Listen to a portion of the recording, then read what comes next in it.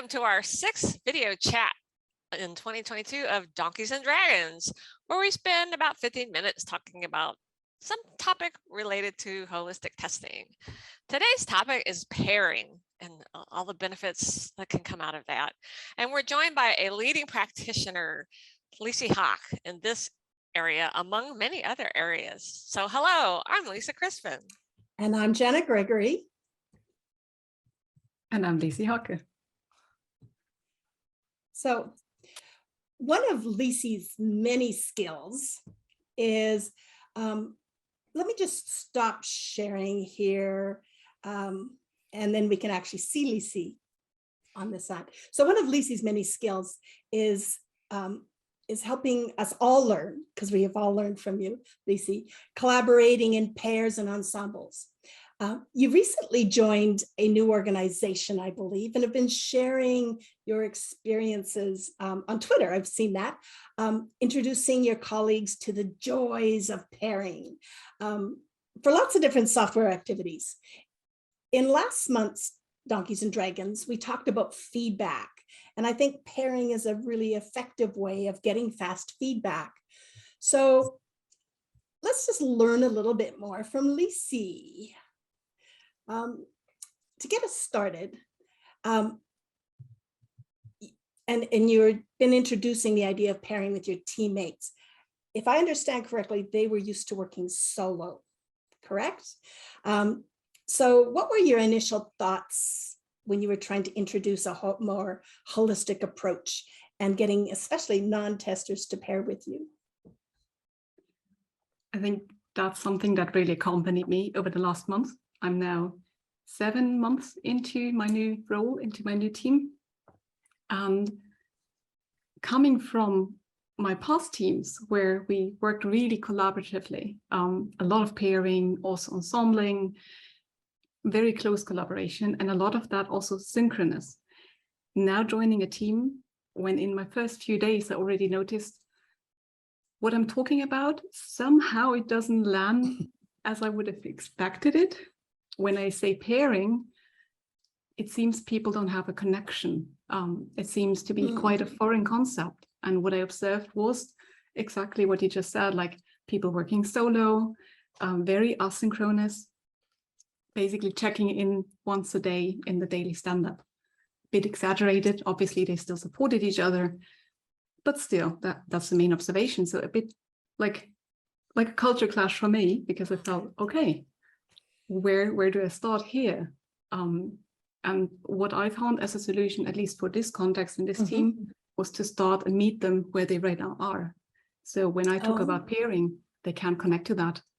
So I stopped talking about pairing and instead used different techniques to start at that where they are, basically. So first, increasing the asynchronous collaboration, improving that one. And at some point, just when we had a team call like the daily stand-up, to ask people like, could you please stay a bit? I'd like to show you something. Sharing my screen, starting to interact with the application, like getting them rather lured in without talking about pairing anymore. And that worked wonders to find allies. So you just did it versus talking about it. Exactly. Excellent. That is awesome. That is awesome. It is. I mean, I'm picking up ideas from you still, Lisi. I had not thought of doing that.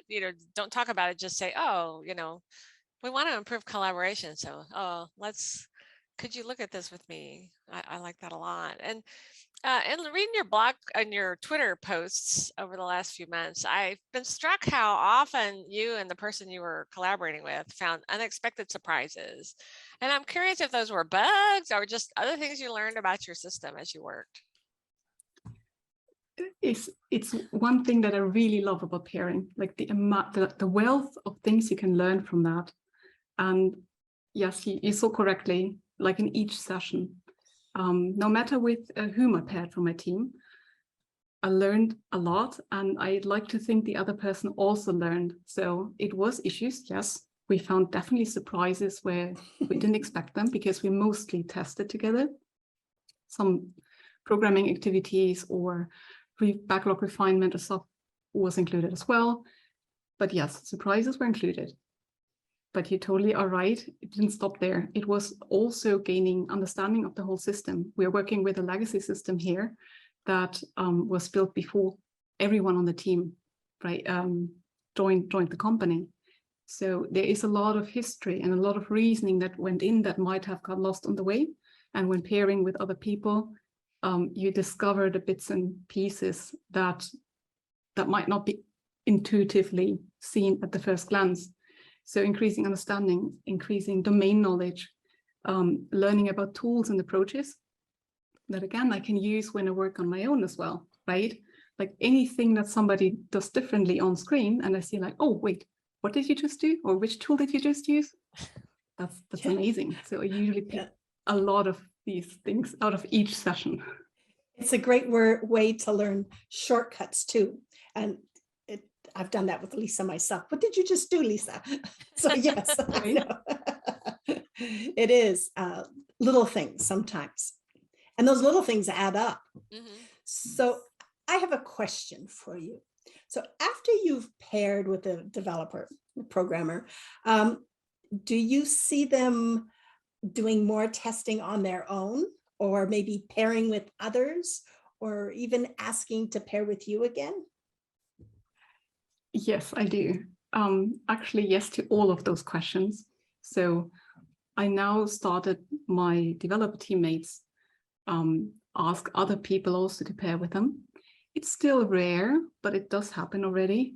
Mm-hmm. I did definitely see them test because, especially in my past month, I was away. I was off for vacation, for speaking conferences. So that was one of the things that we wanted to achieve until then, that they are prepared and then able to do testing. So that's what we used in pair testing sessions as well, to also take away the fear that they might miss something, they might do something wrong, that they might not document properly, because right now I'm working on a product where compliance is a big topic and a very important one, actually. So a lot was also in confidence building, that it's not complete magic we do, but you can learn it, right? You can practice those skills, you can improve just as with every other hands-on skill. And that was really cool when returning back to work and then seeing people really picking this up. Not at once, we had iterations, but especially my last off time, I was away like for more than 2 weeks, and I came back and people were amazing. It's not taken for granted, because this is something to absolutely celebrate. And they really did their best with all the ideas they came up with. All the documentation proved it, actually. Nice. That was lovely to see. A little bit of an acceptance test, or what do we call a hypothesis? We believe an experiment. Yes. Exactly. Yes, and sometimes it's good to be gone for a while and let people let it sink in. What's Lisi been doing? What have we been doing with Lisi? What has she shown us? And they can take and apply that themselves. That's good for their learning. So it is. Awesome. And I shouldn't be the bottleneck. I mean, sometimes I have to be in the start, but I shouldn't end there. Yeah, I know. I once had a developer. It was kind of one of those little experiences you always remember. And I'd been pairing with a developer when they were creating something new. And one day, one of the pairs, they were paired programming, and one of the pairs asked him, the other one, to say, have you checked in the code yet? And I just happened to be walking behind them, and they didn't see me. And the one programmer said, not quite yet. I have to do my Janet tests first. And I kind of taken back, and then I went, yes. Exactly. It was. They learned, and they had confidence to do it on their own.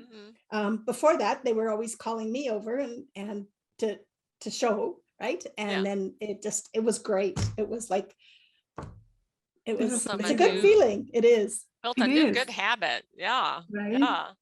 And it's also great if then people start asking you to pair, because yes, that's happening up now as well. Like last week, a colleague remarked like, hey, we haven't paired for 3 days. It's like overdue. Nice. That is so great. Yeah, you got them intrigued. Yeah, That's little so wins. cool. So, Lisi, in one of your tweets, you mentioned about sharing the pain of testing with developers, and that strikes me as really important. And I've certainly encountered that in terms of, teams struggling with automating their tests. Because if the regression checks are not automated, and so some poor tester is doing that soul crushing work manually, the developers don't feel the pain, they don't care. But if instead we share doing the manual checking together, then they're very motivated in my experience. So I'm curious what outcomes you have seen in terms of what sharing this pain and getting this direct feedback has done. I think a lot of empathy, first and for all, about what we do, and the nature of the role that we often find ourselves in the sense of usually you have one expert in that area on the team, maybe two, but like less than other roles. So what I've seen with the way of working months ago here was like every developer working very solo. Usually when one chunk of work for them was done, it was moved further, they pick up something new, they wait for feedback. Oh, this is already done. It queues up, right? So if it queues up for each developer, just like maybe they work on 3 tickets at the same time, I have 5 developer teammates, already is like a whole different number for me to context switch, let alone all the other stuff that might have happened, right? And so I feel the pain first. If we start too many things, I feel the pain first if we cannot test something at all because we don't have visibility in it. So pairing definitely helped to not only reduce that pain and to be able to raise that empathy and awareness of why it might not be a good idea to pick up a new ticket, but also to raise the awareness what we could do to increase testability and to make it easier for everyone, especially as we have the microservices and everything. So we still need to find further solutions. We have found a bunch already, but now they're also intrinsically motivated to help with that and to reduce the friction or to build tooling, for example, for our release documentation that right now is very manual and in the history was left to quality engineers. I truly believe that this is a job for the whole team to solve. For sure. So those are really great outcomes. They are really good. So one last quick question for you, Lisi. Our time's getting to the end. It goes so quickly. So what have you learned from pairing? Because has it helped you in your own testing or anything else? I think it's the one thing that helped me most, like pairing and ensembling, meaning working directly together with other people on the same topic. Because all the learning, all the collected little pieces is basically increasing my access to everything, is like extending my reach, empowering. I can share it further. I can build relationships based on that knowledge because I know a little bit piece of that. I know a little piece of that. I can speak their language, so connect with people in different roles. It's been a massive career changer, I have to say. And as I picked up all that knowledge from all the different pairing sessions, I realized I can really learn from everyone, no matter their role, no matter their seniority level. I'll be surprised. I will learn from every session. And I also can contribute. That's something that I had to learn for myself because I didn't always have the confidence. I still dared a lot of things, but gaining the confidence that I can also contribute and not just only learn, this is something that also really stuck with me. Perfect. Yeah, it's a terrific way to onboard new people onto a team as well. My last full-time job, we did ensemble and pair programming, and so yeah, it's just such a great way to learn fast. So, and all that tribal knowledge gets shared. It's not written down anywhere. Thank you. Well, Lisi, this has been wonderful, wonderful insights, and I encourage everyone watching this to follow Lisi on Twitter and check out her amazing blog posts as well, and learn more about pairing and ensembling from her, among other things. And if you get a chance to hear her speak or participate in one of her workshops at a conference, do take advantage of that. So I've just learned so much from Lisi, and sometimes by pairing with her, which is awesome. For sure. So feel free to contact Lisa and myself, as well as Lisi. We're around. You can subscribe to our newsletter as well, which has new content every month. And don't forget to check out our blog posts. And if you have questions or new ideas for us to bring to our video, please let us know. We'd appreciate all. So see you next month. Thanks for having me. Thanks again, Thank Lisi. you. Wonderful.